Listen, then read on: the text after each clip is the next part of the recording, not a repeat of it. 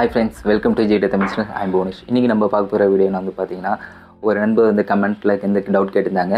அதாவது ஃபேஸ்புக் பேஜில் videos upload பண்ணுறதுல ஏதாவது காப்பிரைட் ஸ்ட்ரைக் வீடியோஸில் இருந்தாலும் அப்புறம் நம்மளோட ஃபேஸ்புக் பேஜ் வந்து பார்த்திங்கன்னா எந்த ஒரு இஷ்யூ இல்லாமல் சேஃபாக தான் இருக்கா, அதை வந்து எப்படி தெரிஞ்சுக்கிறதுன்னு வந்து கேட்டிருந்தாரு. ஸோ இன்றைக்கான வீடியோவில் அதை பற்றி தான் பார்க்க போகிறோம். சரி வாங்க இன்றைக்கான வீடியோக்குள்ளே போகலாம். ஃபஸ்ட்டு ஃபேஸ்புக் ஆப்புக்குள்ளே வந்து போயிடுங்க.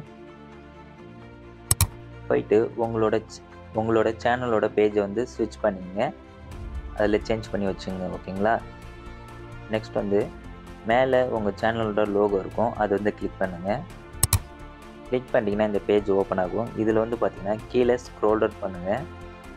அதில் வந்து ஹெல்ப் அண்ட் சப்போர்ட்னு ஒரு ஆப்ஷன் இருக்குல்ல, அதை வந்து கிளிக் பண்ணுங்கள். கிளிக் பண்ணிவிட்டு இதில் வந்து பார்த்திங்கன்னா சப்போர்ட் இன்பாக்ஸ்னு ஒரு ஆப்ஷன் இருக்கும், அதுக்குள்ளே வந்து போங்க. அதுக்குள்ளே போனால் ரெண்டு ஆப்ஷன் இருக்கும், ரிப்போர்ட் அபவுட் அதர்ஸ் அண்ட் வந்து பார்த்திங்கன்னா யுவர் அலர்ட்ஸ்னு. இதில் வந்து பார்த்திங்கன்னா ஏதாவது உங்கள் சேனலில் காப்பிரைட் ஸ்ட்ரைக்கு, அப்புறம் உங்கள் சேனலில் யாராவது ரிப்போர்ட் பண்ணியிருந்தாங்கன்னா உங்கள் வீடியோஸ்க்கு, இதெல்லாம் வந்து பார்த்திங்கன்னா இந்த ரிப்போர்ட் அபவுட் அதர்ஸில் வந்து ஷோ பண்ணணும். அது மூலியமாகவே தெரிஞ்சுக்கலாம் உங்கள் சேனலில் ஏதாவது இஷ்யூ இருக்குன்ட்டு. அதுக்குள்ளே இப்போ போய் காமிக்கிறேன்.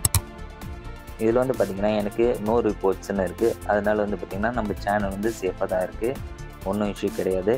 நெக்ஸ்ட் வந்து உங்கள் வீடியோவுக்கு யாராவது ரிப்போர்ட் பண்ணியிருந்தாங்கன்னா அதெல்லாம் எப்படி பார்க்குறதுன்னு பார்க்கலாம்.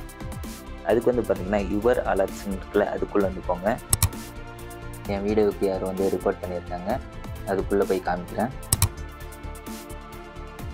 இது பார்த்திங்கன்னா இந்த வீடியோவுக்கு யாரும் வந்து பார்த்திங்கன்னா ஸ்பேம் கண்டென்ட்னு ரிப்போர்ட் பண்ணியிருந்தாங்க.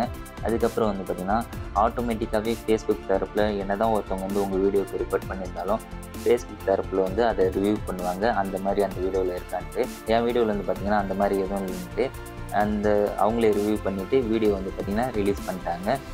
மற்றபடி இது வந்து சேனலுக்குலாம் எந்த ஒரு ப்ராப்ளமும் ஆகாது. ஓகேங்களா. அனதர் ஆப்ஷன் எப்படி பார்க்குறதுன்னு காமிக்கிறேன்.